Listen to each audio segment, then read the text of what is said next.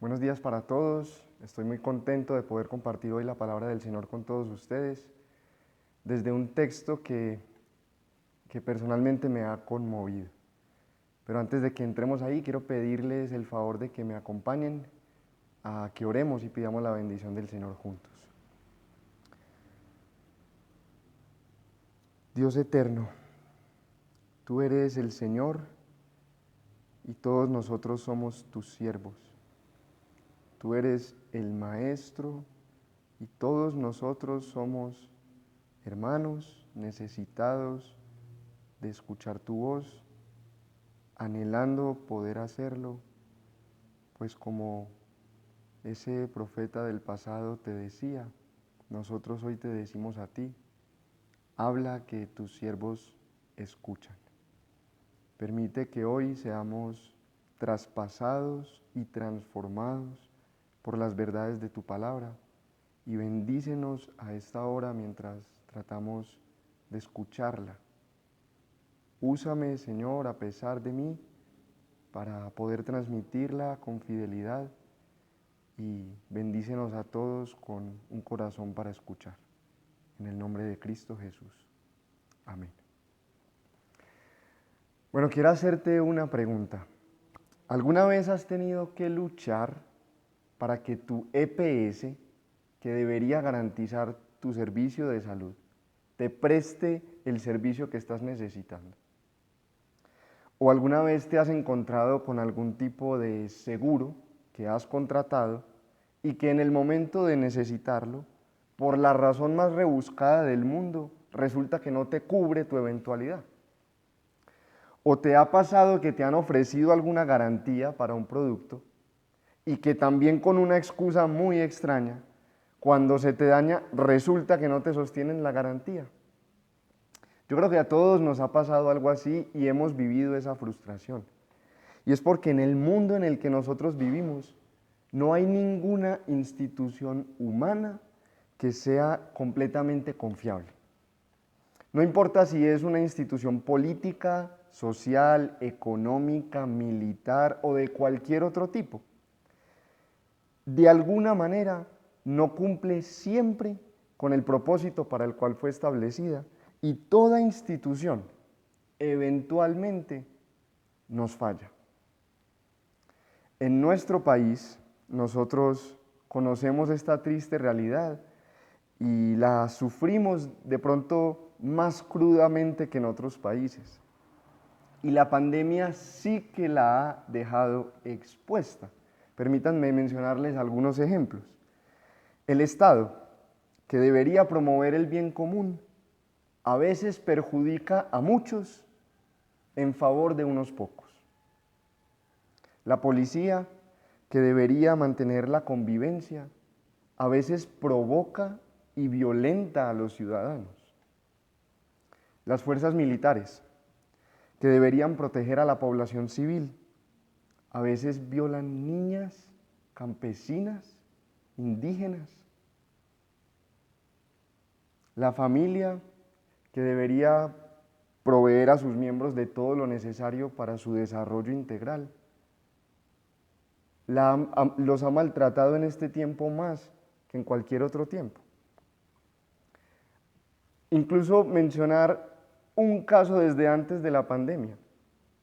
El fiscal anticorrupción, que debería combatir la corrupción, es capturado por corrupto. Son algunas de estas cosas que pasan en Colombia, ante las cuales no sabemos si reír o llorar.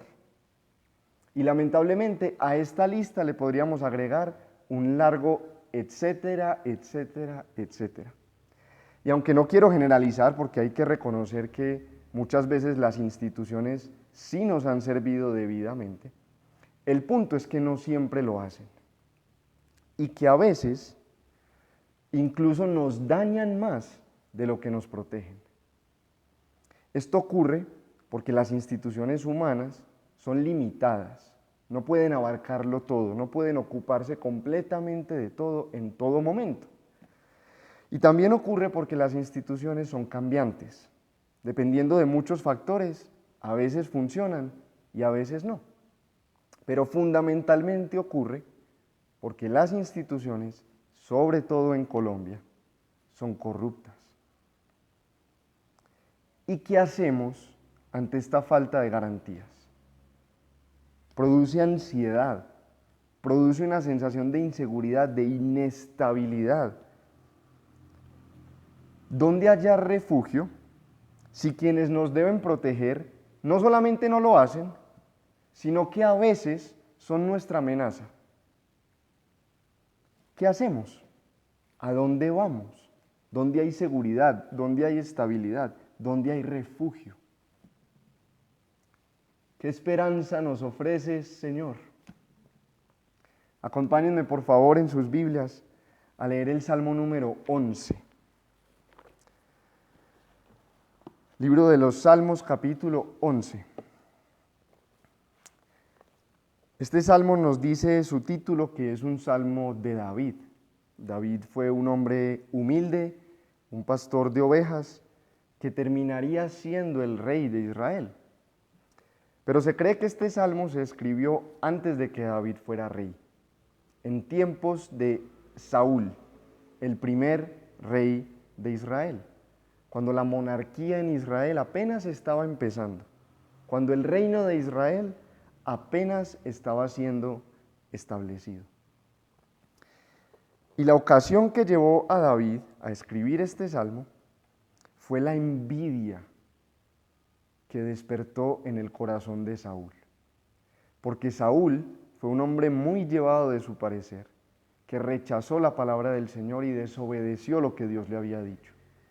Entonces, como consecuencia, Dios lo rechazó a él como rey de Israel. Y a través del profeta Samuel, ungió a David en simbolismo de que lo había elegido para ser el futuro rey de Israel. Y como si eso fuera poco, David triunfaba militarmente cada vez que salía a defender a Israel. Todo el mundo lo amaba, hasta le componían refranes, canciones a su nombre. Y se comportaba siempre con integridad, era un hombre recto de corazón. Saúl no podía soportarlo, estaba lleno de resentimiento contra David, al punto de que intentó matarlo varias veces tirándole una lanza. Intentó enviarlo a la guerra para que los filisteos, enemigos de Israel, lo mataran. Y finalmente lo persiguió, sitiando su casa en la noche, usando las fuerzas militares y el poder del Estado para tratar de asesinarlo. De todo eso lo libró el Señor, pero por supuesto David se sentía amenazado, se sentía que aquellos que deberían protegerlo, en realidad, eran sus peores enemigos, eran su más grande amenaza. Eso fue lo que llevó a David a escribir este salmo. Entonces, leámoslo juntos desde la Nueva Versión Internacional. En el Señor hallo refugio. ¿Cómo pues se atreven a decirme, huye al monte como las aves? Vean cómo tensan sus arcos los malvados. Preparan las flechas sobre la cuerda para disparar desde las sombras contra los rectos de corazón. Cuando los fundamentos son destruidos, ¿qué le queda al justo? Versículo 4. El Señor está en su santo templo. En los cielos tiene el Señor su trono y atentamente observa al ser humano. Con sus propios ojos lo examina. El Señor examina a justos y a malvados y aborrece a los que aman la violencia. Hará llover sobre los malvados ardientes brasas y candente azufre. Un viento abrasador será su suerte. Justo es el Señor y ama la justicia. Por eso, los íntegros contemplarán su rostro. Esta es la palabra del Señor para nosotros hoy, en boca de David. Ustedes pueden leer su historia, la que muy brevemente les acabo de resumir, en 1 Samuel capítulos 18 al 20. Lo primero que encontramos en este salmo es la respuesta a nuestra pregunta. ¿Dónde hallar refugio? ¿A dónde ir? ¿Dónde encontrar estabilidad y seguridad? David abre el salmo con una declaración contundente en la primera parte del versículo 1. En el Señor hallo refugio. El refugio de David no es un lugar, no es una estructura física, no es un escondite. El refugio de David no es un hombre, no es un poderoso, no es un príncipe, no es un rey. Y el refugio de David no es una institución, no es el reino de Israel ni ninguna de sus instituciones. El refugio de David es el Señor, Dios mismo, Jehová, dicen otras versiones, Yahvé, identificado con nombre propio, el Dios del pacto, yo soy el que soy, el Dios inmutable y el Dios eterno. Ese es el refugio de David y quiere dejárnoslo claro desde la primera línea del Salmo, tal vez hasta para recordárselo a sí mismo, mientras escribe lo que nos va a seguir describiendo. Y nos dice además, en la primera parte del versículo 4, que el Señor, Dios, está en su santo templo. En los cielos tiene el Señor su trono. Este Dios habita en los cielos, completamente apartado de la tierra, pero no desentendido de ella. Este Rey habita en los cielos donde no puede ser conmovido, donde no puede ser afectado por nada de lo que ocurre en la tierra, por ninguno de sus gobernantes, por ninguno de sus poderes. Este Dios, completamente seguro y estable, gobierna, no solamente vive en los cielos, gobierna desde los cielos. David nos está presentando al Rey con mayúsculas. Y este Rey gobierna todos los acontecimientos de su creación, incluso el descalabro del Rey de Israel está en la mano del Rey de los cielos. Él no ha perdido el control, a Él no se le ha escapado la situación de sus manos. Él, soberano, lo gobierna todo. En el Señor hallo refugio, dice David. Y lo dice no como una posibilidad, sino como una certeza, como una garantía. Efectivamente, en el Señor hallo refugio. Es un hecho. Y además es un hecho que se repite continuamente. Si observamos el tiempo verbal, el presente continuo, entendemos que esta es una acción no que se realizó una vez y para siempre en el pasado, sino que se desarrolla constantemente. El Señor es un refugio estable, garantizado, certero y constante. Firme, estable. Ya mencionamos el contexto en el que David escribió este salmo.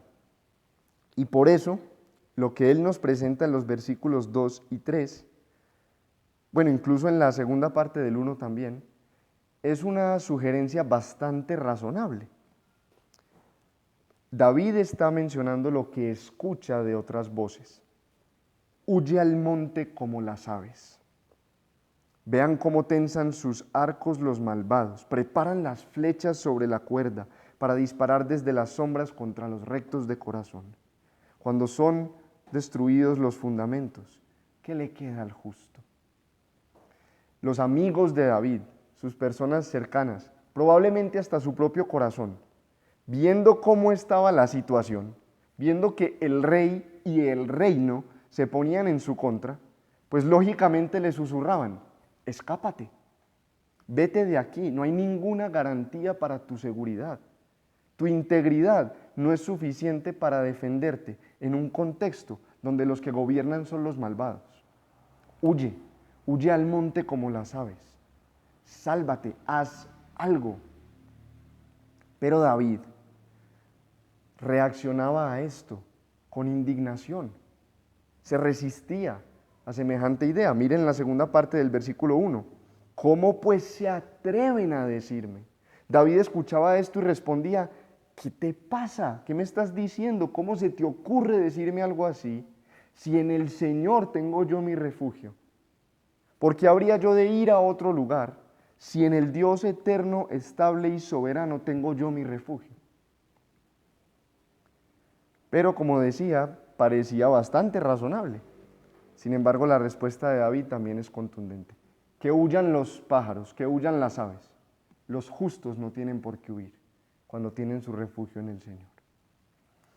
Y él menciona en esa pregunta punzante del versículo 3, cuando son destruidos los fundamentos, ¿qué le queda al justo?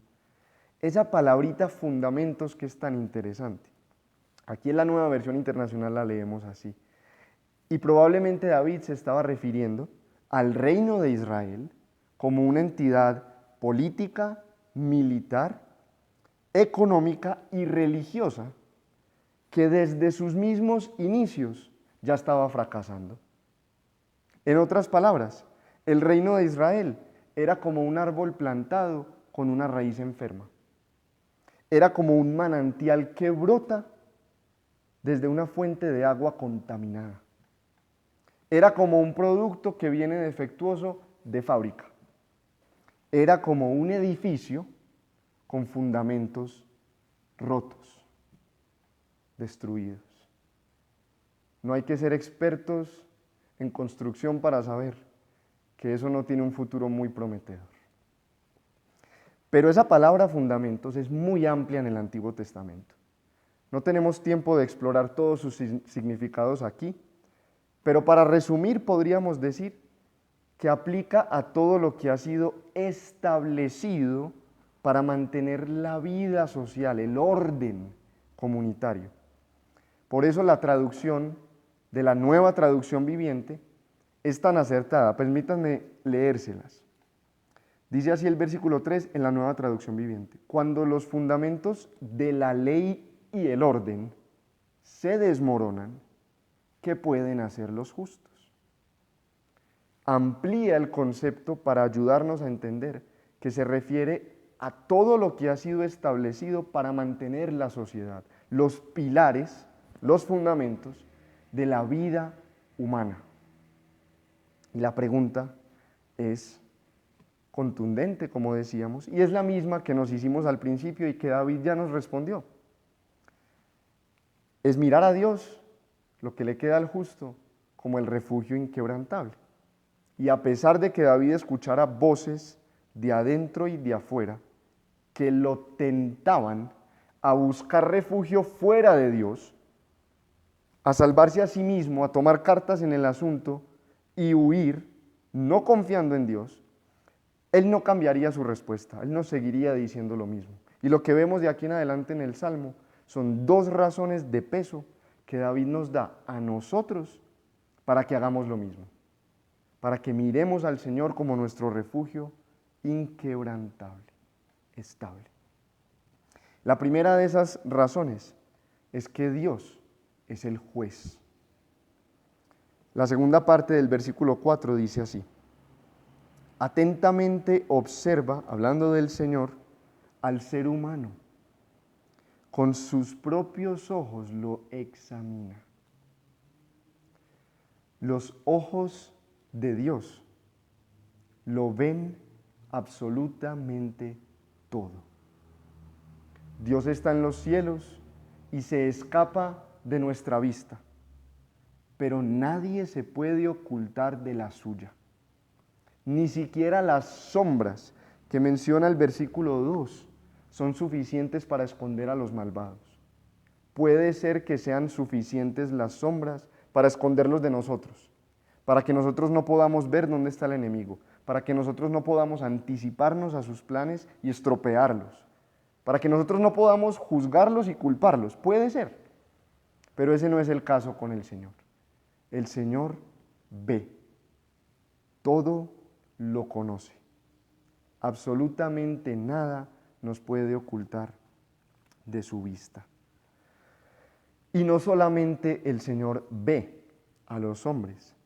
Nos dice este versículo 4 que el Señor los examina, que los observa de cerca. La Reina Valera traduce esta parte y dice que con sus párpados el Señor examina a los hijos de los hombres, como queriéndonos decir que los mira desde muy cerquita.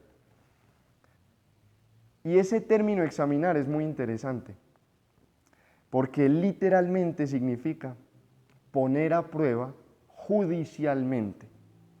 Ese término examinar está en referencia a lo que hacían los jueces, los que tenían que velar por la justicia, por el cumplimiento de las leyes y de las normas. Así que se nos introduce la idea de Dios no solamente como el testigo que todo lo observa, sino como el juez supremo de toda la tierra, de todos los hijos de los hombres, de todos los seres humanos que estamos bajo su escrutinio. Y el versículo 5 añade que el Señor examina a justos y a malvados y aborrece a los que aman la violencia. O sea que tanto justos como malvados están siendo examinados, están siendo puestos a prueba judicialmente por el Señor en medio del caos que generan las instituciones fallidas. El examen para el justo es un poquito diferente. Seguirá confiando en el Señor. Querrá tomar justicia por su propia mano. Amará la venganza, la violencia. Y aunque Dios los examina a todos por igual, los juzga a todos por igual, vemos en este versículo 5 que su actitud es diferente hacia los que aman la maldad. Acerca de ellos se nos dice que el Señor los aborrece. Una palabra muy fuerte, una palabra que podría traducirse también como odio. Los odia. Hay una actitud en su corazón de rechazo hacia todas las personas que aman la violencia. Y violencia aquí es otro término muy amplio. En otros lugares de la Escritura, del Antiguo Testamento sobre todo, se traduce como riña, todos los que aman la riña, el conflicto, la pelea. O también todos los que aman la injusticia, todos los que aman la transgresión de la ley. Otra forma de decir, todos los que aman el pecado, todos los que aman la iniquidad o sencillamente la maldad. Así que aquí el término violencia no se refiere solamente a la violencia física, al maltrato, al derramamiento de sangre, sino en general a toda forma de maldad. El que ama la maldad es odiado por Dios. Y completamos la idea que ya se nos había introducido, que Dios es un juez, es el juez justo. Lo que dice David en el Salmo 7, versículo 11, es lo siguiente: Dios es un juez justo, todos los días se enoja con el malvado. Y vemos en el versículo 6 que ese enojo eventualmente lo llevará a actuar. Leámoslo juntos. Hará llover sobre los malvados ardientes brasas y candente azufre. Un viento abrasador será su suerte. Eventualmente Dios juzgará a los malvados y les dará su merecido. Este lenguaje tan gráfico, ardientes brasas hará llover el Señor sobre ellos, candente azufre, un viento abrasador será su suerte, nos está recordando, casi con las mismas palabras, el juicio que Dios derramó en el pasado sobre Sodoma y Gomorra. Génesis 19, 24. Dos ciudades perversas que se habían corrompido hasta lo sumo, que colmaron la paciencia y la misericordia de Dios y lo llevaron a derramar un juicio terrible sobre ellas. Pero estas palabras del versículo 6 también nos anticipan hacia el futuro. También nos llevan a pensar en la condenación eterna que espera a los malvados en el infierno, donde dice Apocalipsis 21:8 que ellos heredarán el lago de fuego y de azufre. La primera razón entonces para buscar refugio en Dios, en el Dios estable, es que Él es el juez justo de toda la tierra que juzgará a los malvados, que hará justicia y se encargará de ellos. Pero la segunda es que el justo tiene esperanza en Dios. Vemos el versículo 7. justo es el Señor. El hecho de que Dios sea justo es la razón para que Dios juzgue a todos los que no lo son. Pero sigamos leyendo. El Señor es justo, versículo 7, y ama la justicia. Otro término amplio, justicia, que significa toda buena obra, hacer el bien, hacer lo que es recto. No es justicia en su sentido general, es justicia en todos sus particulares, en todas las cosas justas, correctas, buenas que se llevan a cabo por los hombres. Dios ama todo eso.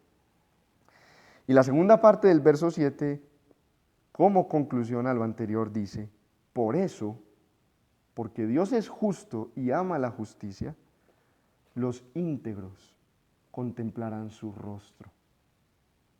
Así que este atributo del carácter de Dios, su justicia, no es solamente el terror de los malvados, también es la esperanza de los justos. Y David nos presenta eso como una razón para seguir confiando en el Señor. Es la esperanza de los justos porque les ofrece una recompensa incomparable. Contemplarán su rostro, el rostro de Dios. David buscaba mantener su integridad. David quería seguir confiando en Dios. David quería resistirse a la tentación de huir y abandonar todo lo que Dios le había encomendado. David también quería resistir la tentación de responderle a Saúl con violencia, como de hecho lo hizo. Una vez tuvo la oportunidad de matarlo y no lo hizo. Y le dijo directamente que Dios juzgue entre tú y yo.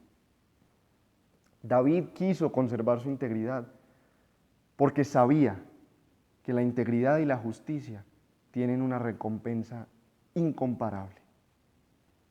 No era solamente para que Dios le salvara su vida de sus enemigos, era porque él quería contemplar a Dios. Él quería a Dios mismo y le parecía tan valioso esto que era suficiente motivación para mantener su rectitud de corazón. David sabía, como todos los justos del Antiguo Testamento y como todos los santos del pasado, que honrar a Dios con integridad, con fidelidad a sus decretos, con confianza en Él, con rectitud y con justicia, trae recompensas. Él no sabía tan claramente como nosotros sabemos, después de tener toda la Escritura, cómo es que esto funciona y a qué se refiere, pero lo sabía y lo creía y era suficiente para mantenerse firme en esa esperanza.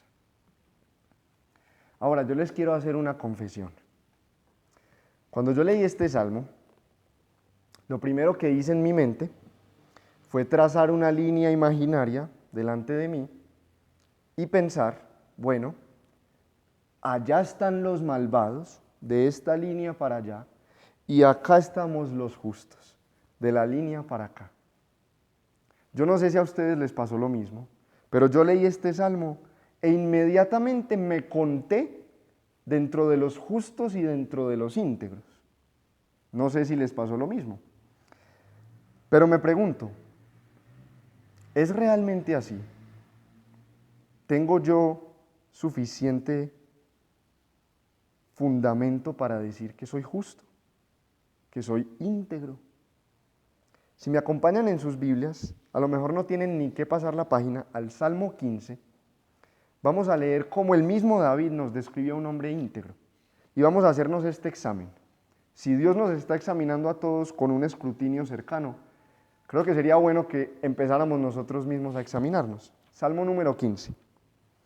Pregunta David, Señor, ¿quién puede habitar en tu santuario? ¿Quién puede vivir en tu santo monte? Otra forma de decir, ¿quién puede estar contigo? ¿Quién puede contemplar tu rostro? Y viene la respuesta, solo el de conducta intachable, que practica la justicia y de corazón dice la verdad, que no calumnia con la lengua, que no le hace mal a su prójimo, ni le acarrea desgracias a su vecino, que desprecia al que Dios reprueba, pero honra al que teme al Señor, que cumple lo prometido, aunque salga perjudicado, que presta dinero sin ánimo de lucro y no acepta sobornos que afecten al inocente. El que hace así no caerá jamás. Ese es el estándar que el mismo David y la Escritura nos presentan para medirnos y saber si somos realmente justos e íntegros, como yo pensé de entrada que lo era, y no sé si a ustedes les pasó lo mismo. Y llego a la triste conclusión de que no es así. Que así como las instituciones terrenales, muchas veces yo no soy como debería ser. ¿Y tú? Llego a la conclusión de que así como las instituciones, yo no siempre actúo como debería. ¿Y tú? La razón de fondo para el fracaso de las instituciones humanas somos los seres humanos.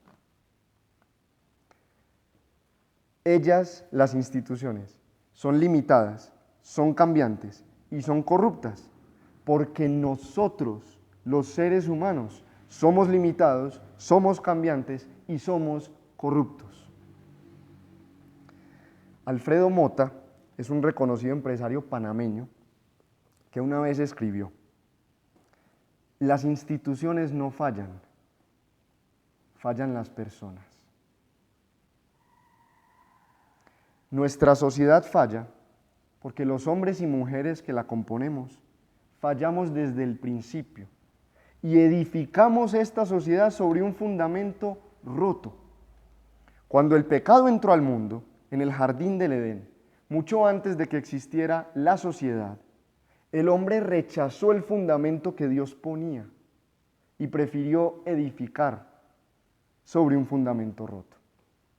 El hombre cambió la verdad de Dios y la intercambió, valga la redundancia, por la mentira, y sobre ella construyó la sociedad. El problema de nuestra sociedad no son sus gobiernos, no es su policía, no es el ejército, no son las empresas, no es la iglesia, no es el coronavirus, no es la economía. El problema de esta sociedad somos nosotros, tú y yo. No siempre hacemos justicia, lo vamos a negar. A veces amamos la violencia o toda forma de maldad, lo vamos a negar. No somos lo que debemos ser, sabemos eso. El testimonio de nuestra conciencia no se puede silenciar. No somos justos ni somos íntegros, al menos no todo el tiempo. ¿Y qué esperanza tenemos entonces? El versículo 6 tiene una expresión al final que la Nueva Versión Internacional tradujo como será su suerte. Hablando del castigo de los malvados, dice, cuando lo describe, esta será su suerte. Si fuéramos a traducir esa expresión más literalmente, como hace en la Reina Valera o la Biblia de las Américas, por ejemplo, leeríamos algo así: esa será la porción del cáliz de ellos, o esa será la porción de su copa. La copa, o el cáliz, que es lo mismo, era una figura antigua que se usaba para representar la bendición de Dios, como vemos por ejemplo en el Salmo 23, mi copa está rebosando, o el juicio de Dios, la ira de Dios, como obviamente se está usando en este contexto del Salmo 11. De todos los hombres que han pisado la faz de la tierra, solamente de uno puede decirse que fue intachable. Solamente de uno puede decirse que no se halló en él mal alguno. Solamente de uno puede decirse que fue íntegro, perfecto. Solamente de Jesucristo se dice que fue tentado en todo, como nosotros, pero, bendito pero, sin pecado. Y ese mismo hombre, el único justo, estuvo dispuesto a beber la copa de la ira de Dios que todos los malvados merecemos. Angustiado hasta la muerte, con gotas de sangre que recorrían su rostro y que le anticipaban toda la sangre que iba a derramar. En el jardín de Getsemaní, en medio de la noche, solo, 3 veces clamó a su Padre: si es posible, quita de mí esta copa. Y 3 veces el cielo le dijo no. 3 veces buscó refugio en el Padre y no lo encontró. Estuvo dispuesto a asumir eso como la voluntad de Dios a favor de su pueblo. Esta es nuestra única esperanza. Que ese hombre, Jesucristo, siendo completamente justo, siendo completamente recto, sufrió en la cruz el destino de los malvados. Sufrió en la cruz la ira de Dios que merecen nuestros pecados. En los malvados nos contamos tú y yo. Y Jesucristo hizo eso para que Dios, que este texto nos dice muy claramente, que es justo, pudiera ofrecernos su perdón sin comprometer su justicia. ¿Cómo veríamos nosotros a un juez que deja en libertad al peor de los delincuentes? Lo veríamos como un ejemplo más del fracaso de nuestras instituciones. Muy lejos está Dios de eso, muy lejos, infinitamente lejos. Tan comprometido está con la justicia, tan justo es, tanto ama las buenas obras y la rectitud, que se encarnó en Jesucristo y lo condenó a Él con todo el peso de la ley, con todo el peso de su justicia santa, para que pudiera sinceramente decirnos a nosotros: te ofrezco perdón. Y porque otro pagó tu culpa, no estoy siendo injusto por eso. Eso es lo que dice Romanos 3 del 21 al 26. Probablemente uno de los pasajes más importantes de toda la Escritura.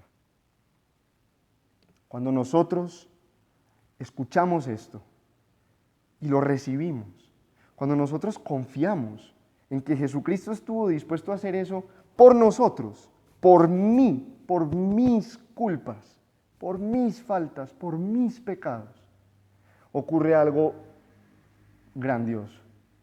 Todos esos pecados se le traspasan a Él y toda su justicia, toda su rectitud, toda su perfección se me traslada a mí, de manera que es mía. Segunda de Corintios 5:21 dice que Dios, al que no conoció pecado alguno, a Jesucristo, por nosotros lo hizo maldito, para que nosotros fuéramos hechos justicia de Dios en Cristo. Y de esa manera, cuando confiamos en Jesús y en su obra, el juez del universo nos ve y nos declara justos, nos considera justos, nos trata como a justos. Esto es lo que en teología se llama la doctrina de la justificación, que es el corazón del Evangelio. La justificación solo por la fe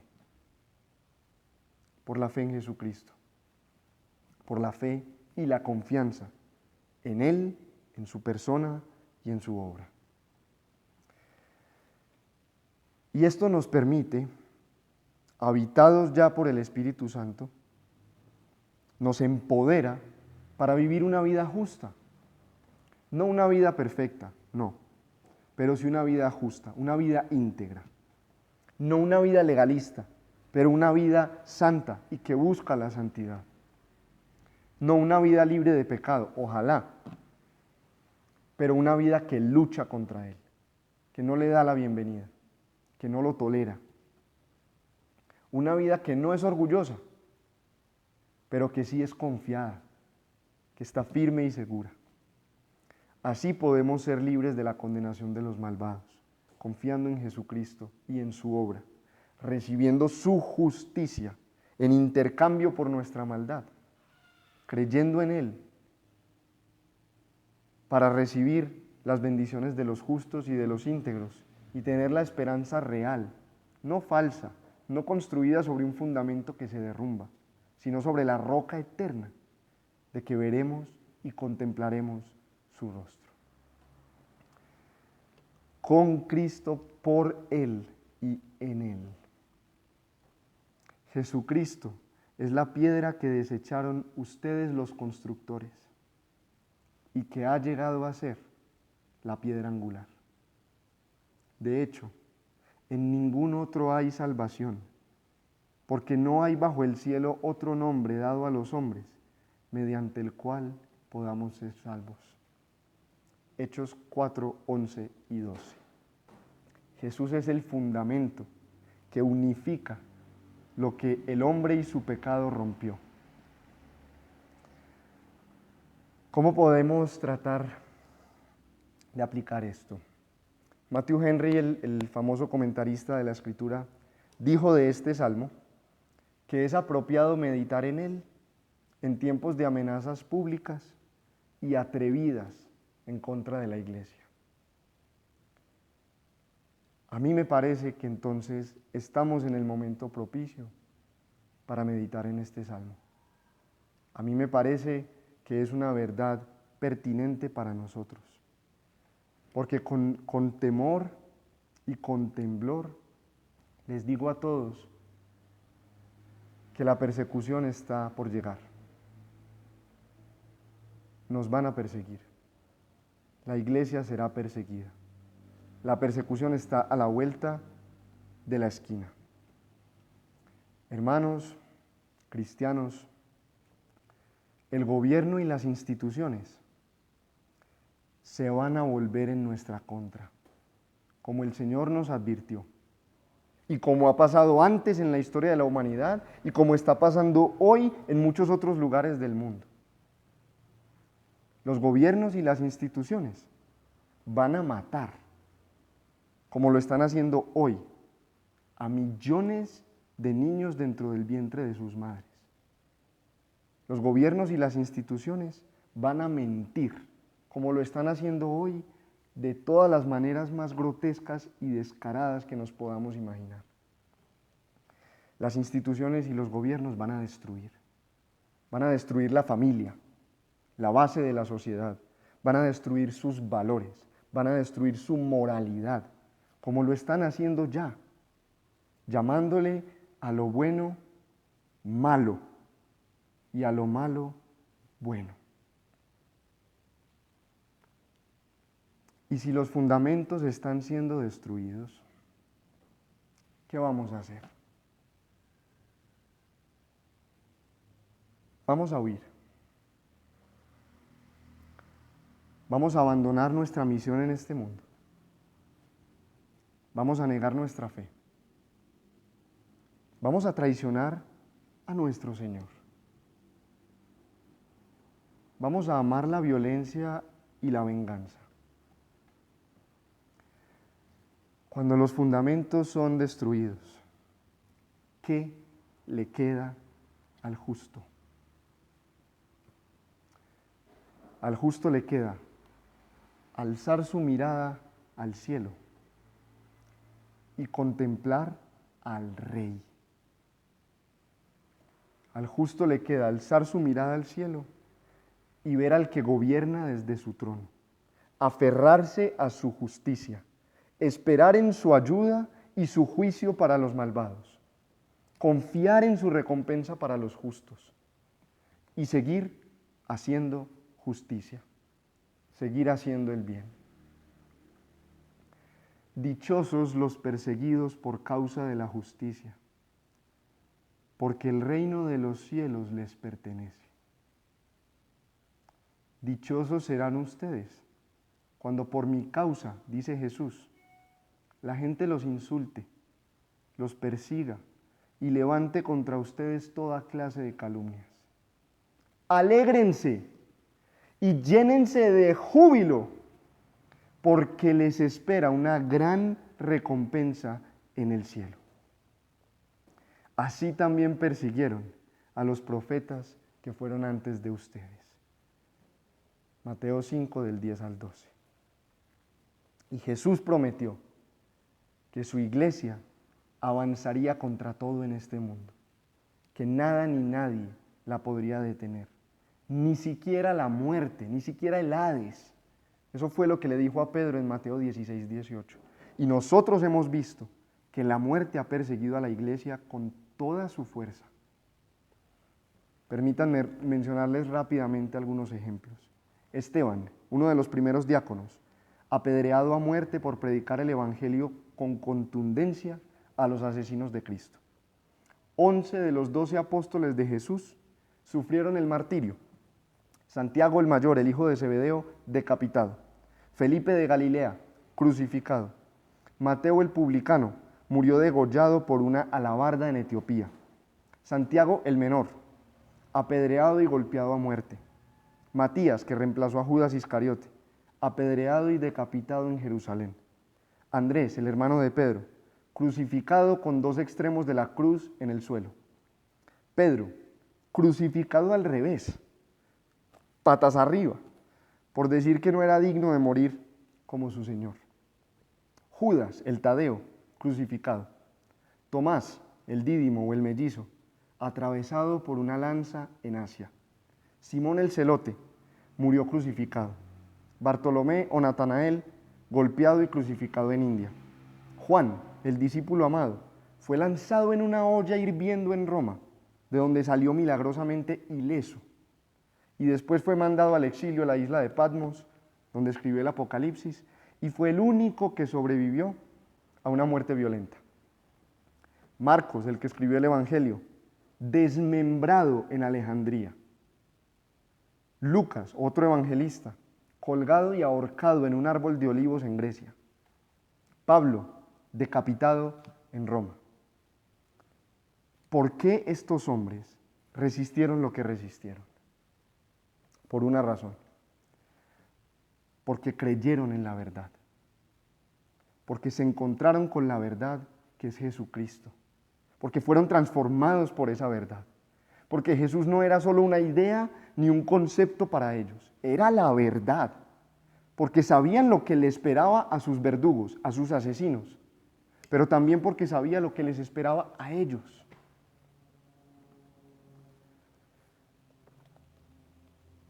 Permítanme leerles este misterio del apóstol Pablo para terminar.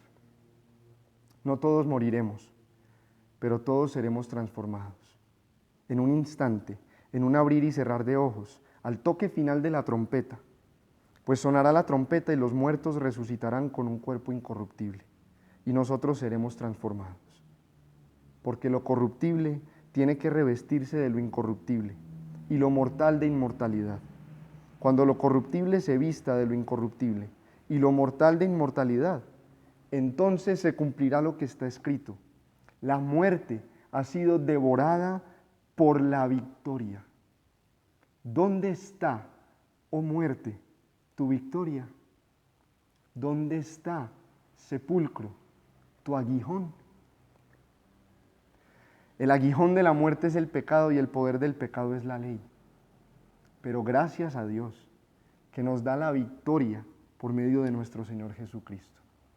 Por lo tanto, mis queridos hermanos, conclusión para nosotros: manténganse firmes e inconmovibles, progresando siempre en la obra del Señor, conscientes de que su trabajo en el Señor no es en vano. Primera de Corintios 15, 51 al 58. Vamos a orar. Señor, te damos gracias por esta esperanza inquebrantable, que ni siquiera la muerte tiene poder sobre nosotros, porque tú ya la venciste y esperamos por ver esa victoria con nuestros propios ojos, cuando te veamos a ti resucitado con nuestros propios ojos y cuando seamos resucitados contigo. Oramos que la realidad de que tú estás con nosotros hoy como un refugio seguro y certero. Oramos que la realidad de que tú vas a juzgar a los malvados y que la esperanza de ver tu rostro nos mantenga firmes. Cuando se levante la persecución y aunque se venga lo que se tenga que venir, que nosotros podamos ser fieles testigos de ti. Que nos parezca una ofensa pensar que nos esconderemos en otro lugar. Guarda a tu iglesia y prepárala para cualquier cosa que tengamos que vivir. Permítenos por tu gracia y por el poder de tu Espíritu Santo permanecer fieles hasta el final y, si es necesario, más allá de la muerte. Porque te lo pedimos en el nombre de Jesús, el que ya fue delante de nosotros y atravesó la muerte en victoria. Amén y amén.